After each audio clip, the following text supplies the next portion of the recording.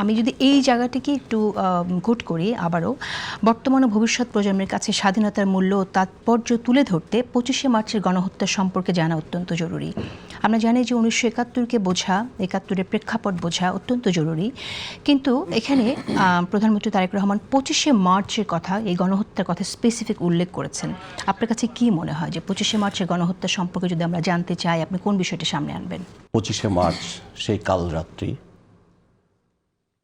এই দিনে এই রাতেই আমাদের উপর, নিরীহ মানুষের উপর, নিরস্ত্র মানুষের উপরে ঘাতকের দল ঝাঁপিয়ে পড়েছিল। এবং এটা একটা ব্যতিক্রমধর্মী ঘটনা। ব্যতিক্রমধর্মী ঘটনা এ কারণে বলছি যে এক সময় তো, ওই সময় যে সময়ে এই ঘটনা ঘটে তখন তো পাকিস্তান একটা রাষ্ট্র ছিল। সেই রাষ্ট্রের সশস্ত্র বাহিনী, সেই রাষ্ট্রের সেনাবাহিনী, সেই রাষ্ট্রের নাগরিকদের উপরে যেভাবে হত্যালীলা, যে তাণ্ডব চালিয়েছে, ওটা ভিনদেশিরা চালাতে পারে, কিন্তু নিজের দেশের মানুষের উপর, নির্দোষ নিরপরাধ ঘুমন্ত মানুষের উপর এই ধরনের আক্রমণ, এটা বিশ্বে প্রায় বিরল ঘটনা, প্রায় নজিরবিহীন ঘটনা।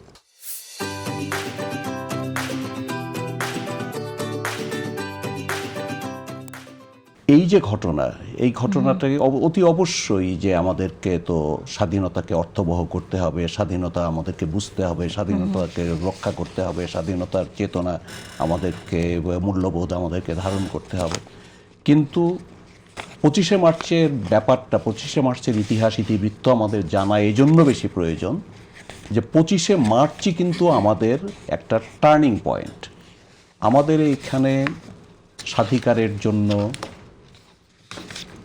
লড়াই হয়েছে, দীর্ঘ লড়াই হয়েছে, আমাদের ভাষার জন্য লড়াই হয়েছে, গণতন্ত্রের জন্য লড়াই হয়েছে, কিন্তু একটি স্বাধীন রাষ্ট্র প্রতিষ্ঠা করবার যে লড়াই, সেটা কিন্তু শুরু হয় 25শে মার্চ। এটাকে অনিবার্য করে তোলা হয় 25শে মার্চের যে আক্রমণ, 25শে মার্চে নিরস্ত্র মানুষের উপর যে আক্রমণ, একটা জাতিগোষ্ঠীকে ধ্বংস করে দেওয়ার জন্য যে আক্রমণ, তাদের যে স্পৃহা, তাদের যে আকাঙ্ক্ষা, তাদের যে অধিকার, সব কিছু ধ্বংস করে দেওয়ার, দমন করে ফেলবার যে আকাঙ্ক্ষা, যে অভিযান, সেটা কিন্তু আমাদের স্বাধীনতা যুদ্ধকে অনিবার্য করে তুলেছিল। এবং এই 25শে মার্চের ঘটনা প্রবাহ, ঘটনাক্রম না জানলে কিন্তু আমরা স্বাধীনতার ইতিহাস, প্রকৃত ইতিহাস আমরা জানতে পারবো না। এই যে আক্রমণ, এই আক্রমণ কিন্তু প্রতিরোধ গড়ে তুলেছিল। এই আক্রমণের বিরুদ্ধে কিন্তু সত্যিকার অর্থে এই সশস্ত্র আক্রমণ মোকাবেলার জন্য সশস্ত্র প্রতিরোধ গড়ে তুলেছিল, যে সশস্ত্র প্রতিরোধ আমাদেরকে মুক্তিযুদ্ধের পথে নিয়ে যায়। সুতরাং তারেক রহমান সঠিক কথাই বলেছেন যে 25শে মার্চের যে কাল রাত্রের যে ইতিহাস, যে ইতিবৃত্ত, সেটা আমাদের জানতে হবে। এটা না জানলে আমরা যে প্রতিরোধ গড়ে উঠেছিল, আমাদের মুক্তিযুদ্ধ যেভাবে শুরু হয়েছিল, সেটা আমরা এখানে জানতে আমি পারবো। একটু ইতিহাসকে পর্যালোচনা তো জরুরি, নিশ্চয়ই আমরা একটু বুঝতে চাই যে সেই সময়টাই, আমরা তো অনেক আগে থেকেই জানি যে একটা স্বাধীনতা যুদ্ধের দিকেই যাচ্ছে, আসলে পরিস্থিতি তো আমরা সেরকমটাই, সেদিকেই যাচ্ছিল, এটা আমরা জানি। কিভাবে তাহলে পাকিস্তানের যারা সৈন্যবাহিনী, তারা কিভাবে এতটা প্রস্তুতি গ্রহণ করলো, সেই পশ্চিম পাকিস্তান থেকে আর্সেনাল কিভাবে আসলো, এই পর্যালোচনাগুলো কি আমরা, এটা আমাদেরকে খুব স্পষ্ট কতগুলো বিষয় জানা দরকার। কারণ এইখানে যে পদ্ধতিটা চলছিল, একটি নির্বাচন হয়ে গেছে তার আগে, আমরা সকলেই জানি।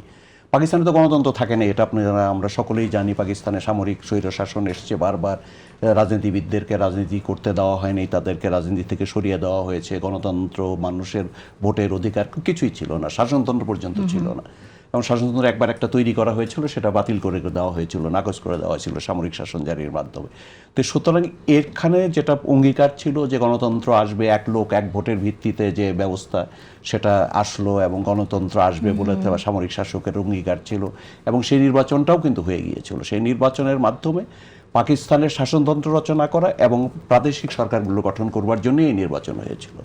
সেই নির্বাচনের মাধ্যমে নির্বাচিত জনপ্রতিনিধিদের খাতে ক্ষমতা হস্তান্তর করা হবে, তারা শাসনতন্ত্র তৈরির জন্য সংসদে বসবে, এটাই কাঙ্ক্ষিত এবং প্রত্যাশিত ছিল। কিন্তু আপনি দেখেন, এই যে জনগণের যে রায়, সে রায়কে উপেক্ষা করে, জনগণের রায়কে উপেক্ষা করে কিন্তু করা হলো, অধিবেশন স্থগিত করে দেওয়া হলো অনির্দিষ্টকালের জন্য, কোনো তারিখেও ছিল না, স্থগিত করে দেওয়া হলো অনির্দিষ্টকালের জন্য। এবং এখান থেকেই তো অসহযোগ আন্দোলন, যেটা তখন সংখ্যাগরিষ্ঠ দলের নেতা ছিলেন শেখ মুজিবুর রহমান, তিনি ডাক দিলেন। তো তিনি তো একটা গণতান্ত্রিকভাবে নির্বাচিত, পাকিস্তানে, শুধু পূর্ব পাকিস্তানের না, তিনি যে সংখ্যক আসন পেয়েছিলেন, তার দল যে সংখ্যক আসন পেয়েছিল, সেটা ছিল পাকিস্তানের মেজরিটি পার্টির নেতা। এবং তিনি যেটা করতে চেয়েছিলেন সেটা তিনি তো চেয়েছিলেন পাকিস্তানের প্রধানমন্ত্রী, তিনি বৈধভাবেই নির্বাচিত হয়েছিলেন, পাকিস্তানের ভাবী প্রধানমন্ত্রী ছিলেন তিনি, পাকিস্তানের প্রধান শাসন ক্ষমতা তিনি গ্রহণ করবেন এবং তার জন্য তিনি গণতান্ত্রিক পন্থায় এবং নিয়মতান্ত্রিক পন্থায় যা যা করা দরকার সেটা, তার তো স্বাধীনতার কোনো প্রস্তুতি ছিল না। তিনি স্বাধীনতা কেন চাইবেন? তিনি তো পাকিস্তানের প্রধানমন্ত্রী হবেন, জনগণ তাকে নির্বাচিত করেছে পাকিস্তানের রাষ্ট্র ক্ষমতায় আসীন করবার জন্য। সুতরাং তুমি সর্বাত্মক চেষ্টা করেছেন যে কিভাবে পাকিস্তানের শাসন ক্ষমতা আসে, এর জন্য তিনি আলোচনা করেছেন, ইয়াহিয়া খানের সঙ্গে আলোচনা করেছেন, অন্যান্য যেটা রাজনৈতিক দল ছিল তাদের সঙ্গে তিনি আলোচনা করেছেন। এখন ইতিহাস বিকৃত করে নানা কথা বলা হয় তিনি স্বাধীনতার প্রস্তুতি তো তিনি কেন নেবেন? তিনি তো পাকিস্তানের প্রধানমন্ত্রী হবেন, তার তো স্বাধীনতার প্রস্তুতি নেওয়ার কোনো দরকার নেই। স্বাধীনতাকে অনিবার্য করে তুলেছে পাকিস্তানিরা। তারা নির্বাচিত জনপ্রতিনিধিদের হাতে ক্ষমতা হস্তান্তর করে নাই, তারা নিরস্ত্র জনগণের উপর আক্রমণ করেছে। সো তারপরে শেখ সাহেব তো 25শে মার্চ পর্যন্ত তিনি বলেছেন যে আলোচনার অগ্রগতি হচ্ছে, তাকে বিফুল করা হয়েছে, তাকে ধোঁকা দেওয়া হয়েছে, গোটা জাতিকে ধোঁকা দেওয়া হয়েছে এবং জাতির নেতা হিসেবে শেখ সাহেব নিজেও ধোঁকার শিকার হয়েছেন।